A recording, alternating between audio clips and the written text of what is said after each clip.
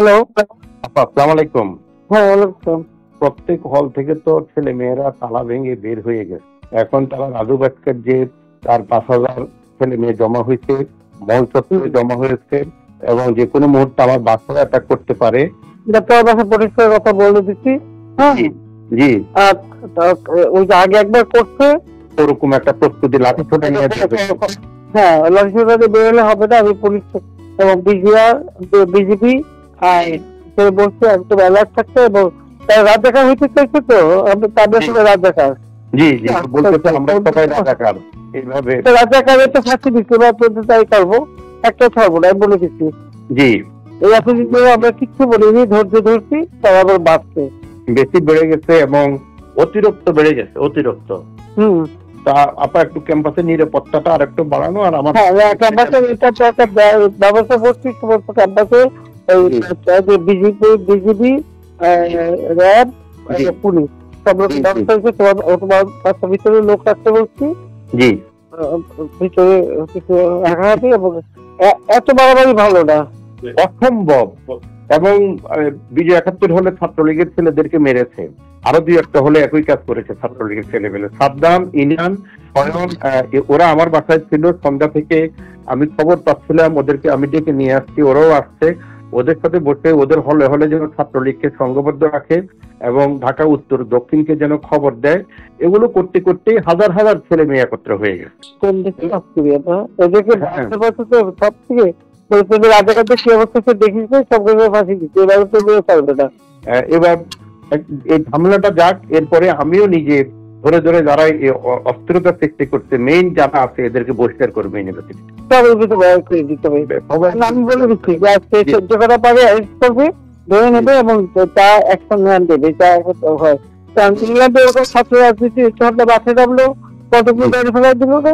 জি জি জি, ওই অ্যাকশন না দেখার উপায় নেই। আমরা এত বেশি শহর ছিল তো দেখাও, এটা তো আমরা তো সহনশীলতা। আমি ছাত্রদেরকে বলছি যে তোমরা কোনো ধরনের ইয়ে করতে যাও না, যেহেতু আদালতের বিষয়ে আদালত নিষ্পত্তি করবে। হ্যাঁ, না আদালত হবে না, আবার 24 ঘন্টা এরকম বলে যে 24 ঘন্টা রাষ্ট্রপতিকে কেউ আলটিমেটাম দেয় একটা দেশ। হ্যাঁ, রাষ্ট্রপতি 24 ঘন্টা আলটিমেটাম দিচ্ছে। হ্যাঁ,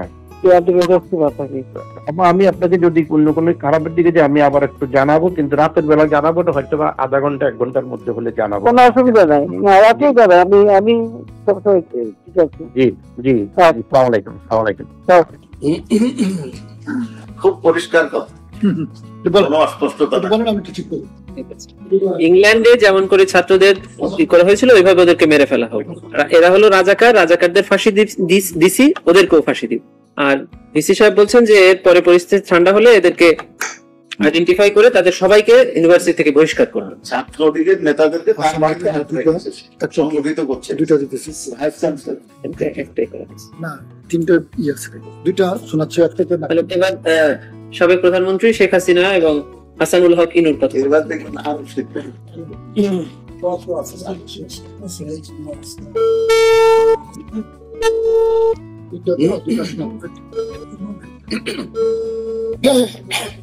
হ্যালো, জি জি, আসসালামু আলাইকুম।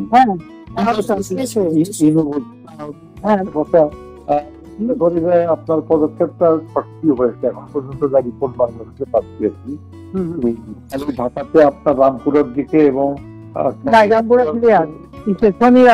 ঝামেলা এখন আসছে কিছু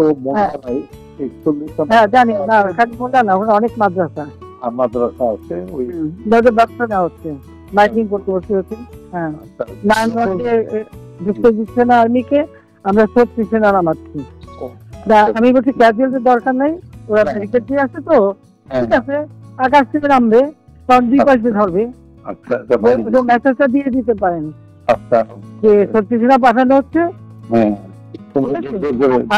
হেলিকপ্টার দিয়ে সোজা বম্বিং করা হবে। হেলিকপ্টার যাচ্ছে, উপর দিয়ে মারবে।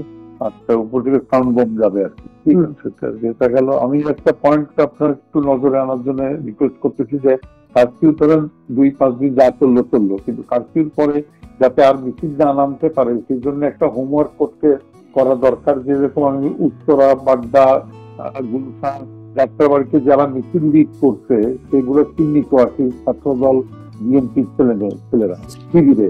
তো সেই ছেলেগুলো মানে ধরেন রিজভিকে অ্যারেস্ট করা বা নূরকে অ্যারেস্ট করা ইম্পর্টেন্ট চলছে না।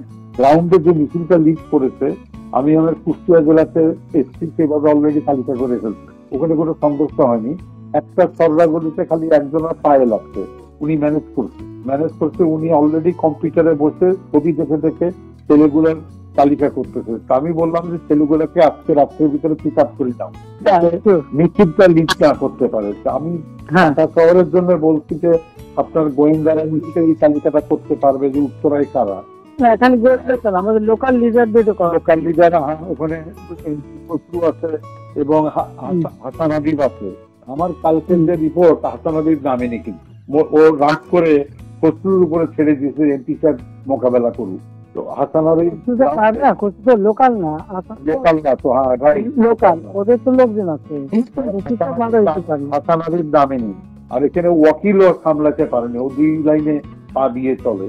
তা আমার কথা হচ্ছে যে একটু যদি লোকাল লিডারদের সাহায্যে তালিকাটা করে নিয়ে আজকে রাতের ভিতরে সব স্বাস্থ্য বেঁধে নিতে পারেন, তাহলে কোনো জায়গায়।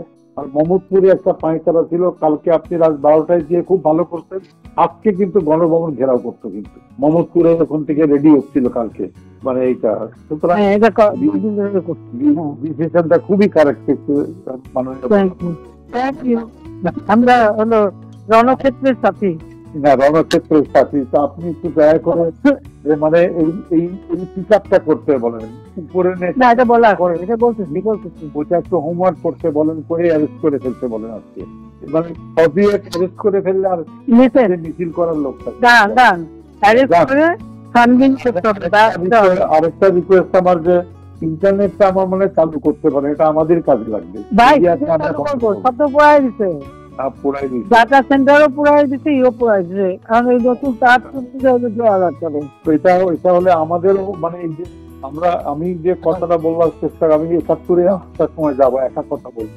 আমি বলবো যে সরকারের সঙ্গে কোটা আন্দোলনকারী কোন বিরোধ নাই, সরকারের সঙ্গে বিরোধ হচ্ছে নাশকতাকারী বিএনপি জামাতে।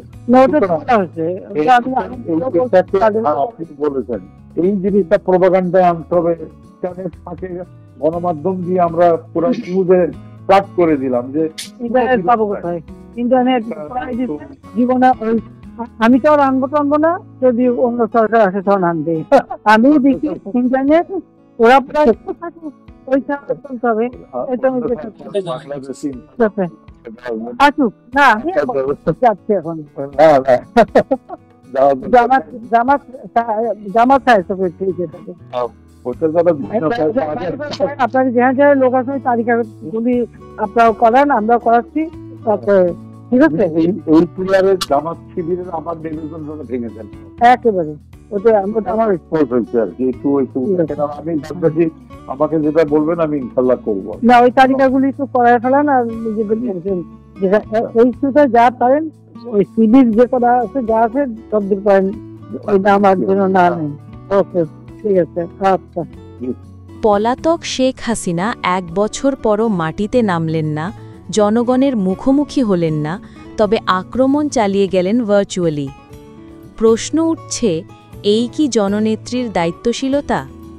শেখ হাসিনার ভাষণে ছিল একগুচ্ছ হুমকি, পুরনো অভিযোগ আর বিরোধীদের দোষারোপ। কিন্তু প্রশ্ন হচ্ছে, নির্বাচন নিয়ে কোনো জবাব নেই।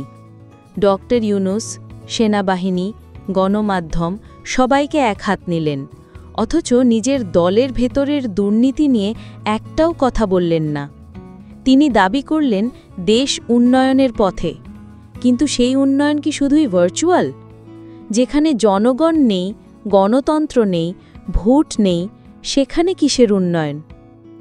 1 বছর ধরে দেশের বাইরে থেকে ভার্চুয়াল বক্তৃতা দিলেও তিনি দেশে ফিরছেন না কেন? জনগণের সামনে দাঁড়াতে ভয় পাচ্ছেন কেন? আইন আদালতের মুখোমুখি না হয়ে কেবল হুমকি ধামকি দিলেই কি নেতৃত্ব প্রমাণিত হয়?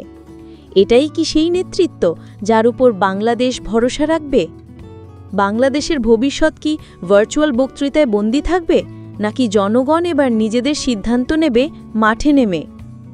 আপনার মতে শেখ হাসিনার ভার্চুয়াল বক্তব্য কি বাস্তব রাজনৈতিক দায় এড়ানোর চেষ্টা, নাকি কৌশলগত পাল্টা আক্রমণ?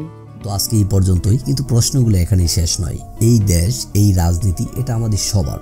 আপনি, আমি, আমরা সবাই মিলে গড়ে তুলব সচেতনতার একটা মঞ্চ। আপনার ভাবনা, আপনার চিন্তা এবং আপনার মতামত আমাদের দরকার। তাই কমেন্টে লিখে জানান এই মুহূর্তে আপনি কি ভাবছেন এবং আপনি কোন দিকে তাকাচ্ছেন। রিপাবলিক অ্যান্ড পলিটিক্স কেবল খবর বা বক্তব্যের জায়গা নয়, এটা একটা ভিন্ন মতের প্ল্যাটফর্ম। এখানে প্রশ্ন করার সাহস আছে, সত্যের পেছনে ছুটে চলার স্পর্ধা আছে। চ্যানেলটি ভালো লাগলে অবশ্যই সাবস্ক্রাইব করে পাশে থাকুন, কারণ একটা ক্লিকেই হতে পারে হাজারো অন্ধকার ভেদ করে আলো খোঁজা শুরু। ফিরছি পরের পর্বে আরও খোলামেলা বিশ্লেষণ নিয়ে। সে পর্যন্ত সবাই ভালো থাকুন, সুস্থ থাকুন। আল্লাহ হাফেজ।